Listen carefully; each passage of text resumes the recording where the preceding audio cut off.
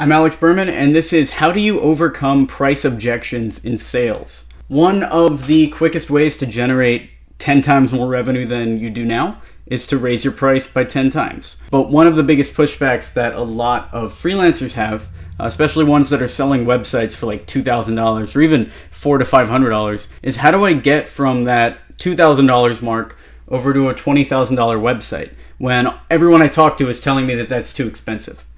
Well, here are 4 things you can do to get around that price objection. And here we go. Rule number 1 is target better businesses. Ask yourself a question. Do the people that you're reaching out to actually have the money to pay you? If you charge $20,000 for a website, right? The people that you've met with, let's say the last 10 people that you've had new business meetings for, if somebody that maybe they weren't you, maybe they're a better salesman, offered to do a website for $20,000, would they be able to find the money to pay for it?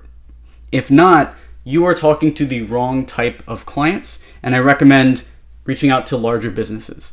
So for instance, let's say you're reaching out to restaurants and you're reaching out to people who own one restaurant, right? Rather than people that own one restaurant, why not reach out to restaurant groups that own dozens of restaurants? If you're selling to small businesses, let's say the revenue is under $2 million, why not reach out to businesses with $4 to $10 million? So once you've got that target down, the next thing you want to do is give a guarantee. Basically, you want to come up with some kind of offer that's going to make it a no-brainer for them to sign. I do not recommend doing a money-back guarantee, as it's going to be really easy if you fail to put yourself in a bunch of debt and fail at life. The guarantee that we use at X27 is for all of our cold outreach.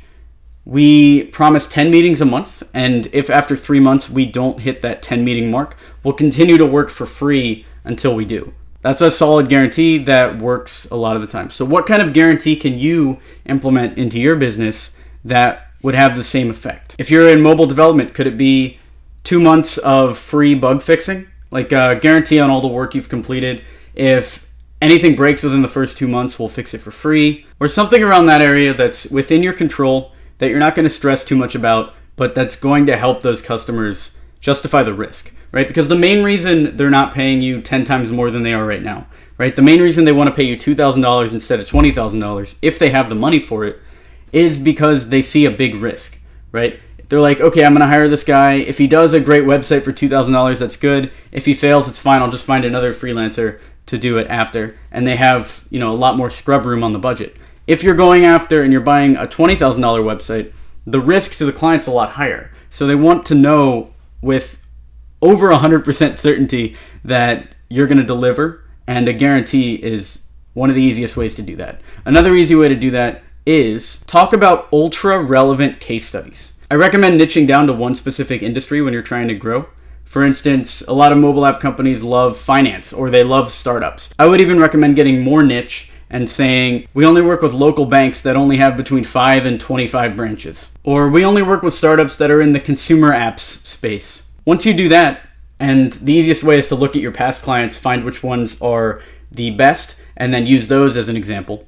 For X27, we found that our best results were coming from all the marketing work we were doing for mobile app development firms, which is why we picked them as our solid niche, and we all have passion for it. But once you do that, you can talk about ultra relevant case studies. And when, let's say you're approaching a restaurant and you've worked with 24 other restaurants, and you can show the 24 other restaurant websites, and you have the ROI for each one of how much more each restaurant made by implementing those websites.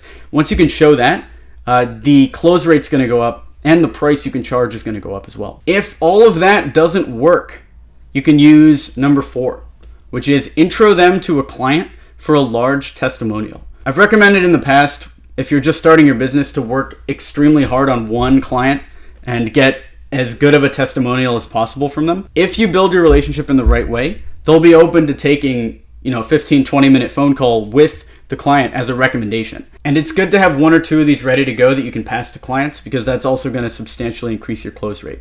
So when they say, oh, these case studies are all well and good, but I still don't think the price is worth it, you can say something like, what if you talked to one of our past clients and they went over the results they got? Especially if that client that you're introducing them to is almost the exact same business as the one that you're talking to, and it should be if you're niching down.